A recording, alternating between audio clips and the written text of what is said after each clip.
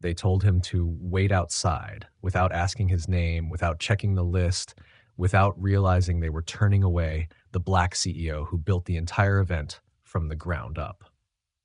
What happened next didn't just embarrass a luxury hotel. It exposed a system, shook an entire industry, and became a silent power move no one saw coming. This isn't just about disrespect. It's about what happens when a black leader refuses to beg for a seat and builds the whole table instead. He showed up thinking everything was already in motion. The emails had been sent, the contracts signed, the name badges printed, the keynote slot locked in. There was no room for surprises, at least not the kind that showed up before 8 a.m. on summit day. But the surprise came anyway. Jordan Ellis stepped into the hotel lobby prepared to lead one of the biggest financial technology summits on the West Coast. 3 months of planning had brought him to this moment. He'd personally overseen every vendor. He'd walked the layout himself just 2 weeks prior. Everything had lined up. Everything except the people at the front desk who looked up and saw a man without a name they recognized. They didn't ask for ID. They didn't ask who he was. They just asked him to step aside. Jordan didn't push. He didn't explain. He watched the interaction play out like a scene he'd watched one too many times before. Different faces, same assumptions. Behind him, another guest arrived, wheeled suitcase in tow, chatting loudly about private equity. The receptionist smiled wide, nodded, pointed him toward the conference elevators. Jordan stayed quiet. For now. There was no outrage. Not yet. Just the quiet realization that no one in that lobby connected him to the summit happening under their roof. He glanced once at the check-in table where an assistant he didn't recognize was stapling lanyards. No eye contact, no greeting. He walked back outside. The valet hadn't moved either. Another car pulled up, a sleek import, and the attendant dashed over without hesitation. Jordan wasn't invisible. He was just dismissed. A kind of silence that didn't need to be loud to make its point. Not excluded, just never quite included.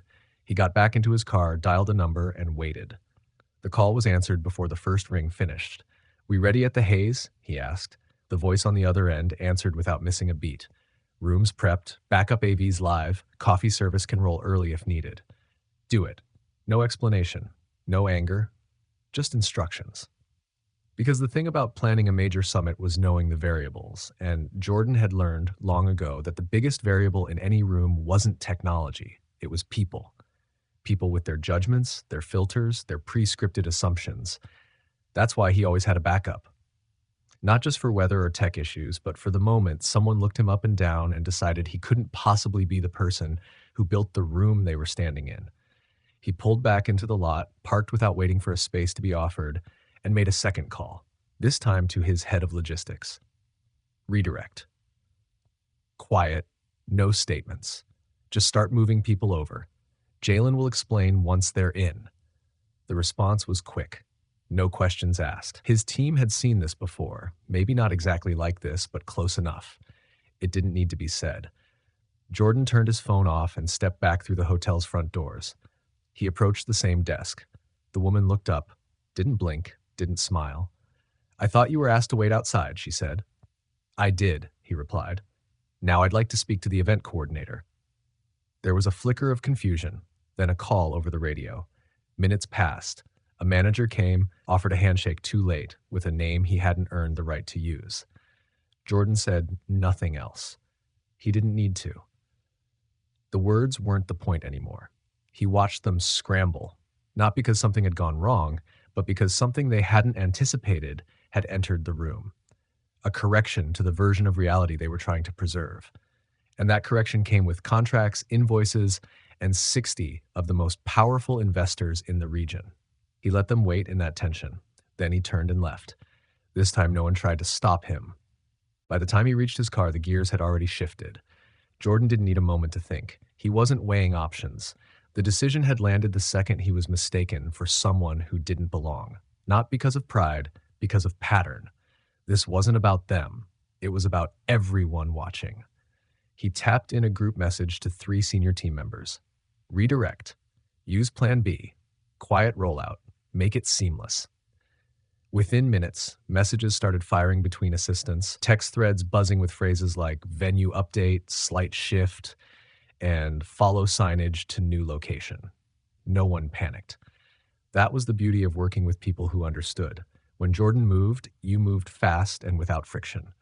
Inside the hotel, the staff at the front desk remained unaware, still scanning arrival lists, still prepping name tags, still thinking the person they should be looking for hadn't shown up yet. They were half right. At the Haze, a different rhythm had already begun. Event staff who had once been designated as backup were now on the main stage. Coffee carts rolled in, projection screens lit up, room signs were flipped. Nobody questioned why the event was suddenly there, because the energy that followed Jordan into a space always carried its own explanation. Back in the car, Jordan didn't check social media. He didn't draft a statement. He simply breathed in the clarity of action, not reaction. That distinction mattered. He had learned early in his life that noise doesn't change minds. Movement does. A canceled venue, a quiet exodus, a room emptied without confrontation. That's what stayed with people. Not the shouting, not the spectacle. The silence that followed when you realized the person you dismissed had taken everything and everyone with them. At the old venue, the signs were subtle at first. A group of early attendees arriving at the front desk only to be told the schedule had changed. One of them frowned, glanced at his phone, then turned and walked out. No questions. Just a quiet thank you and gone. Then another group left. Then two more. The receptionist asked a colleague if they knew what was happening. No one did. The manager checked the guest list again. Still showed bookings. Still showed confirmations. But the lobby was thinning. Jordan's assistant, Jalen, was already at the Haze by then. Calm, direct, making introductions, smiling where needed, nodding when the shift needed smoothing over. He didn't offer details, just ensured people were settled. Then he stepped into a side room and waited for Jordan. When Jordan walked in, he gave one nod. That was enough. Jalen handed over a slim folder with the updated agenda and a revised list of arrivals. Press hasn't picked anything up, he said, but people are definitely noticing. Jordan didn't flinch. Let them. Back at the original hotel, a junior staffer finally realized something wasn't right. He ran a quick scan of the conference rooms. Empty. Catering hadn't begun plating. AV setup sat idle. A call went out to the events coordinator. "They're not here," he said. "What do you mean they're not here?" "They're somewhere else. I think they left." Panic didn't explode. It leaked. A front desk manager called the main office. Someone else texted the regional rep. Meanwhile, two of the board members who had arrived early stood awkwardly near the elevators, unsure whether to check in or follow the wave of departures. In the new venue, Jordan stood in the wings of the main room, watching rows of seats fill in. The podium gleamed. The sound check had finished. A live stream tech tested the final feed. It was as smooth as if it had been the plan all along. He waited, letting it build. Letting the contrast between what was and what now was speak for itself. At 9:12 a.m., Jordan walked to the front without being announced. The room quieted. He didn't introduce himself. He didn't need to. Everyone knew. Everyone had heard enough to understand what mattered. He began. "Before we get into the numbers, the strategy, the vision, there's something I want to say. Something I wasn't planning to. But this morning reminded me why we're here. Why we're not over there." A pause. Then silence, not uncomfortable, just waited. I've spent a lifetime preparing, building, delivering, and still, too often, I walk into rooms and get asked who I'm with instead of who I am. Heads nodded. No one interrupted. I didn't come here to prove myself. I came to build something that speaks for itself. And if you're sitting here now, you're part of that. You're not here because of a location. You're here because of a standard. And because that standard isn't optional. He let the room sit with that. The message wasn't about a hotel. It was about every door that didn't open and everyone he'd built in response. The applause wasn't loud. It wasn't needed. The weight of the words settled in the room, not as a climax, but as a correction. Jordan stepped off the stage without lingering. He had no interest in being admired. He had work to do. In the quiet of the speaker's lounge, he reviewed the updated seating chart. 24 investors had already arrived. Another 30 were en route, rerouted effortlessly. None of them asked why. They trusted the shift because they trusted him. That was the kind of capital that took years to build and one careless moment to erode. He wasn't about to let someone else's lack of vision compromise his. He picked up the phone and called Tammy, head of operations. "It's done," he said. "You want to confirm the cancellations?" she asked. "Yes, suits, event spaces, catering, all of it." "Understood. If they push back on the contract, eat the fee. Bill it to me personally." There was a pause, not hesitation, just respect. "They'll notice," she said. "I'm counting on it." Back at the original hotel, confusion had turned into a low-grade crisis. The catering manager was on her second call to confirm the no-show. The AV team stood idle, checking watches. Housekeeping waited for keycard instructions that never came. No one raised their voice, but the tension was unmistakable. A mid-level manager pulled aside the front desk staff, asking if they'd seen anything unusual. One of them said, "There was a guy this morning, said he was with the summit. Did he say who he was? I think Ellis, maybe?" The name dropped like a coin into a well. Recognition came too late. By the time the general manager was called, it was already over. He tried dialing the number on file. No answer. He left a voicemail, then another. A third call went to the event coordinator. "I think we lost the summit," he said. "That's not possible." "It is now." At the Hays, guests continued to arrive. Jalen worked the room with quiet efficiency, redirecting conversations, introducing Jordan's team to latecomers. There was no printed explanation, no memo, just movement. The best kind of statement, the one that didn't need to be spelled out. A young analyst new to the team leaned over to a colleague. "Why'd they move venues last minute?" The response came with a shrug. "Something about respect." Nothing more was said. But something had shifted. They felt it. Jordan stayed off stage after the keynote. He wasn't avoiding questions. He was making space for the room to carry the message on its own. People were networking now, hands shaken, notes taken, plans formed. The content hadn't changed. The agenda remained. But the atmosphere? Different. Sharper. More awake. Back at the original hotel, someone in housekeeping reported multiple early checkouts. Several guests left without using their rooms. Others checked in, asked for directions to the summit, then turned around without a word. The front desk phone rang again. Then again. Each time, a new layer of understanding settled in. By noon, the general manager had assembled his senior staff. They moved. The entire event. Quietly. What do we tell corporate? Tell them we were never ready. The words were meant to sound ironic. They didn't. At 12:47 p.m., a formal email from Whitfield Capital hit their inbox. Subject, termination of services.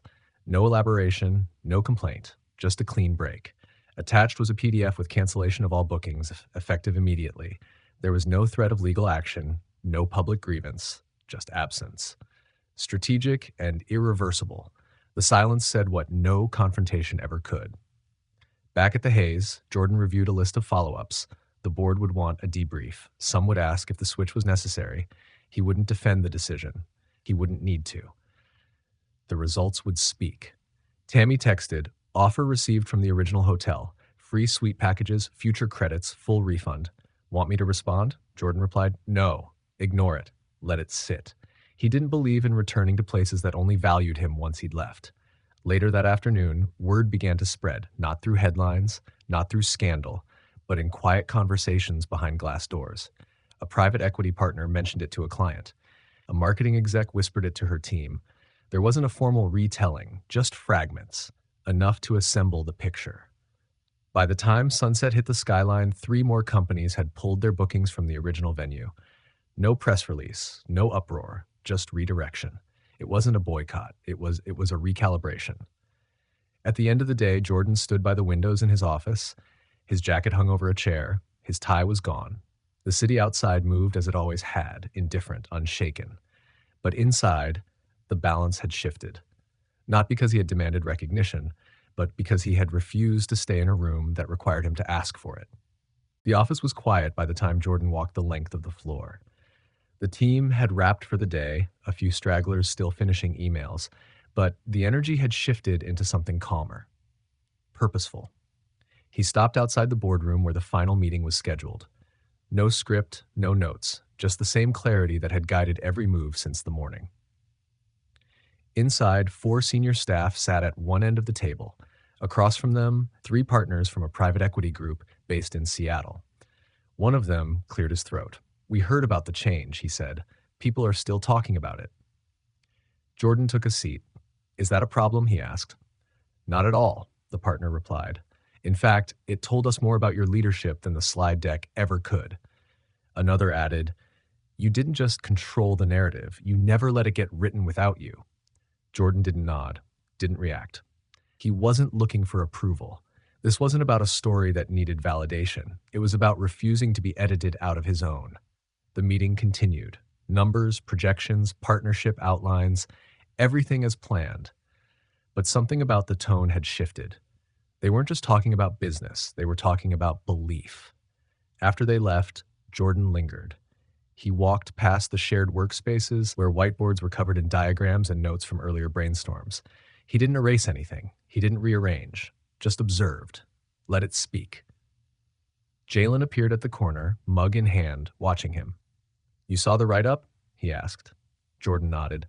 They left out the part where the valet ignored you. They always leave something out. Doesn't matter. People know. Jordan didn't disagree. The people who needed to know had already adjusted. The message had landed where it was meant to. You ever think, Jalen said, about telling that story? The full version. The one from today, but also the first time it happened. Jordan leaned against the edge of the whiteboard. Maybe, he said. Not for sympathy, for clarity, because people think this stuff is random, a one-off, but it's never just one moment. It's accumulation, repetition, assumption so sharp it cuts before it even touches you. Jalen took a slow sip, then nodded. You can't fix what people refuse to name.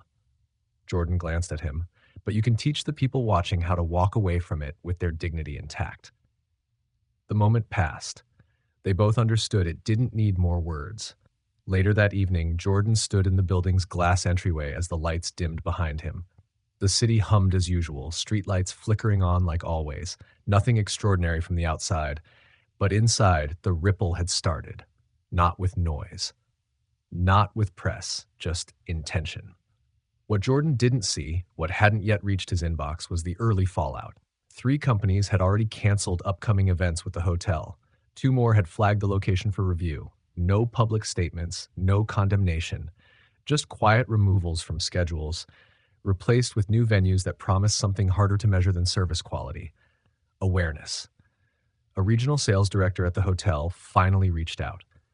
The email was long, polite, offerings stacked like sandbags, complimentary bookings, executive suites, catering credits, a final line that read, "We hope to earn your trust again." Tammy saw it first. She didn't forward it, just archived it under handled. Jordan would never see it because the answer was already written in everything that hadn't been said. By week's end, a small tech publication ran a feature. Not a takedown, just a timeline. What had happened, who had seen it, the shift in venue, the strange silence that followed. It wasn't dramatic. It didn't need to be. The right people read it anyway. At happy hours and startup mixers, the story passed from one circle to another. Whispers at first, then casual nods of recognition. Not because Jordan had clapped back, but because he hadn't needed to. Because sometimes the strongest move isn't the door you slam, it's the one you never have to walk through again. By Monday, the buzz had matured into something quieter, more intentional. It wasn't gossip anymore. It was case study material. In conference rooms, during off-the-record lunches, on late-night Zoom calls, the phrase "pulling an Ellis" began surfacing. Nobody explained it. Nobody had to. The meaning was already loaded. Act with precision, leave without warning, let absence speak louder than complaint. Jordan never acknowledged it. He didn't need to. That wasn't the kind of echo he chased. But he noticed the difference. Calls came in slightly faster. Emails came with different subject lines. People started showing up on time. Requests arrived with more context. Introductions, once vague, now came with purpose. He moved through the week as if nothing had happened. No references, no stories, no sideways comments. But his silence was not an omission. It was a boundary, a signal. He wasn't building a brand off what they missed. He was building a legacy off what they would never overlook again. Late Wednesday afternoon, Jordan sat at the head of the boardroom table. Across from him were partners, staff, and 2 young analysts observing quietly. One of them, Elijah, kept glancing at him like he wanted to ask something but hadn't decided if it was the right time. After the meeting, as everyone gathered their things, Jordan didn't stand. He stayed seated, scanning a document, letting the moment linger. Elijah hesitated at the door, folder in hand. You said you wanted to meet? He asked. Jordan nodded, motioning to the chair across from him. Elijah sat, stiff posture, folder still closed. I heard what happened at the hotel, he finally said. Some of us were talking about it yesterday in the break room. Jordan didn't answer right away. He let the silence settle between them. I guess I just wanted to ask, Elijah continued. How do you not let it get to you? How do you stay composed when it's that obvious? Jordan looked at him, expression unchanged. You think I stayed composed? Elijah hesitated. Didn't you? Jordan set his pen down. I just didn't let them see it. He didn't raise his voice, didn't shift his tone, but the weight of the answer landed. They didn't see the work, the ownership, the years. They saw a man standing where they didn't expect him to be, and they acted accordingly. That's not surprising. What matters is what you do when it happens. Elijah nodded slowly. So why not call it out? Make it public. Jordan didn't blink. Because the world already sees. That's not the fight.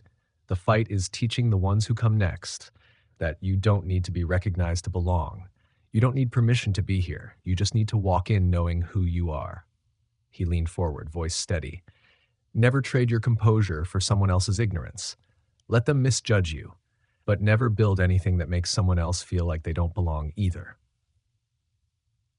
Elijah sat back. The words hit harder than he'd expected. Not because they were new, but because they were true in a way he couldn't argue with.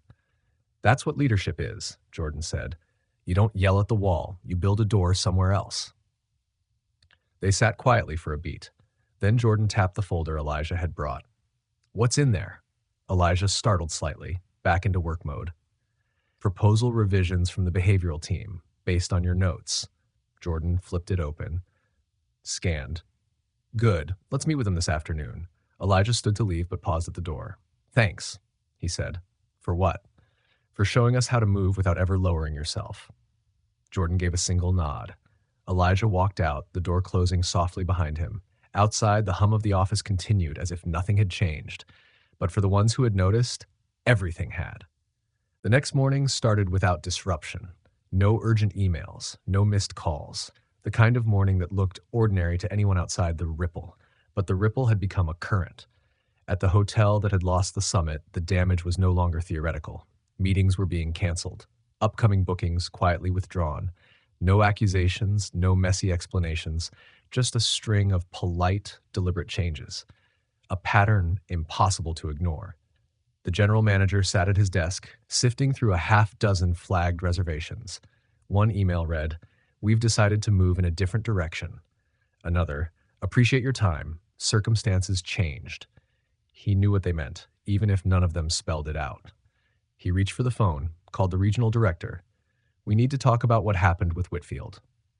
"I thought we were handling it. We offered a refund, future credits, free suites. They never responded." "Then let it go. Maybe it dies quietly." "It won't. Because some things don't disappear, they replicate. Not through outrage, through consequence." At Whitfield Dynamics, the reaction was more muted, less reactive, more reflective. Jordan's team was already 2 projects past the summit. Momentum didn't slow for setbacks, especially the ones they'd already converted into fuel. Tammy passed by Jordan's office, dropping off a printed memo. 3 clients asked if we'd consider hosting their next investor event, she said. At the Hayes. Jordan looked up. Do it. Thought you might say that. She didn't linger. She didn't need to. Elsewhere, a tech blog published a short feature. A study in stillness, the quiet power move behind the Whitfield relocation. It wasn't flashy, no clickbait, just facts, names omitted, venues referred to only by geography. But the impact landed. Within 48 hours, the article had been shared in internal Slack channels across 3 Fortune 500 firms. Not because of drama, but because it captured something hard to name and harder to forget, the cost of casual dismissal.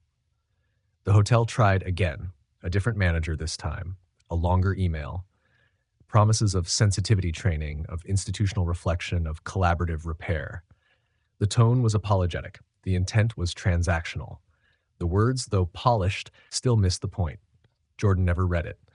Tammy deleted it before it reached his inbox. At a networking mixer downtown, a young founder mentioned the story in passing. His mentor, a VC partner, raised an eyebrow. You know what impressed me? He said. He didn't burn the place down. He just left and took the future with him. That line stuck. People started quoting it, not as flattery, but as a metric, a new benchmark for how power could be exercised without spectacle. And quietly, companies began to reevaluate not just their venues, their protocols, their filters, who they were training, what assumptions were built into their first impressions. Nobody wanted to be the next one caught guessing wrong. Meanwhile, inside Whitfield Dynamics, the momentum never broke stride. Staff moved through strategy sessions, tech demos, investor calls, but something had changed.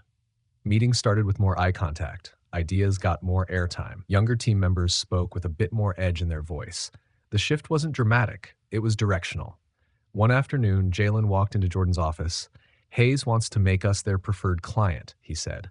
Reserved spaces, flexible terms, full customization. Jordan didn't look up. Lock it in. They also asked if you'd be open to hosting a leadership forum there. Something about values-driven management. Jordan paused. Only if we write the agenda. Jalen smiled. Ben's already said that. They agreed. Jordan finally looked up. Good. And just like that, it moved forward again. Not out of revenge, not out of pride, but out of purpose. Because what had started as a single moment of dismissal had evolved into something else entirely. A signal now echoed across industries. A reminder that the people you overlook may be the ones designing the room next time. And if they aren't welcome, they won't fight their way in. They'll build something better tacked somewhere else. The week closed without ceremony. No press release, no retrospective, just work. Quiet, forward-moving, deliberate. On Friday morning, Jordan stood alone in his office, watching the city through the tall windows. The skyline didn't know what had happened. The people below didn't feel any shift, but somewhere, inside certain rooms, behind certain desks, perspectives had moved, even slightly. And sometimes that was enough. A soft knock interrupted the silence. "Come in," he said. Elijah stepped through the door, not with hesitation this time, but with a quiet readiness. He carried a folder, but he didn't open it right away. "We finalized the proposal from the behavioral team," he said. "You wanted a briefing." Jordan nodded, gesturing toward the chair. Elijah sat, the folder resting on his lap again, untouched. "There's something else," he added. Jordan waited. "I know this week wasn't supposed to be about what happened, but it mattered. A lot of us were watching." Jordan didn't respond. "Not just because of what you did," Elijah continued, "but how you didn't need to explain any of it. You didn't make it about them. You made it about what you expect, what we should all expect." Jordan exhaled slowly. "I don't want applause for that," he said. "I want memory. I want awareness that sticks when no one's looking. Because this won't be the last time someone like you walks into a room and gets asked who they're there to support, not who they are." Elijah opened the folder, but his eyes stayed focused. "You showed us that we don't have to fight to be seen. We just have to choose where not to be invisible." Jordan looked at him. "You'll have your own version of that moment one day," he said. "It'll feel personal. It'll feel like the floor moved under your feet. But don't let that moment define you. Let how you move through it define you." Elijah nodded. Jordan took the folder, scanned the first page, then closed it. "We'll present this to the partners next week." Elijah stood, but before he reached the door, Jordan added, "Remember this. Silence isn't always surrender. Sometimes it's strategy. Sometimes it's the loudest thing in the room." As Elijah left, Jordan remained seated. The office was quiet again, but not empty, not static. It was holding something larger than a week's work. It was holding proof of a different kind of power. Elsewhere, the story continued to travel. No trending hashtag, no viral moment, just quiet retellings. At lunches, in strategy meetings, in whispered advice to interns who were just starting to notice the difference between fitting in and being valued. Eventually, the hotel that had turned him away replaced 2 managers. The internal memo didn't mention Jordan by name. It didn't have to. The absence had already rewritten the narrative. A different chain reached out, inviting Whitfield Dynamics to speak at their Global Leadership Summit. They asked for a session on resilient executive presence. Jordan declined. Not because he wasn't interested, but because they were asking for a lesson they weren't ready to learn. He told Tammy, they want a keynote when they should be rewriting their guest policies. She didn't argue. She knew better than to chase applause from places still learning how to listen. On the last call of the day, Jordan spoke with a group of new fellows, first generation founders navigating early capital rounds. They asked questions about funding, hiring, scale, but one of them, soft spoken, uncertain, asked something else. How do you handle rooms that weren't built for you? Jordan paused, then answered slowly. You don't ask for them to be rebuilt, he said. You build your own, and then you open the door wider than they ever did for you. The call ended. He sat for a moment, not in victory, in clarity, because the point was never to be welcomed.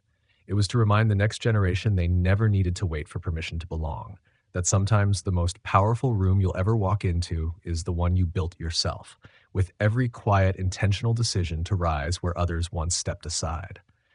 And when that room is full, not everyone will remember how it got built, but the ones who needed it most will never forget. Thank you so much for taking the time to listen to today's story. We deeply appreciate your presence and attention. The story you heard wasn't just about one person's experience. It was a reminder that dignity doesn't need to be demanded, and respect isn't something you should ever have to earn by proving your worth. It's something every human being deserves, no matter where they come from or what they look like. If this story moved you, made you think, or reminded you of something in your own life, we'd love to hear from you. To support our channel, all you need to do is hit the like button. It helps more than you know. And if you feel inspired, leave a comment below. Let us know what country you're watching from and how the story spoke to you. We read every single one. And of course, don't forget to subscribe. We're building a space where stories like this are heard, shared, and remembered, not just once, but in ways that keep rippling outwards. Thank you for being a part of that.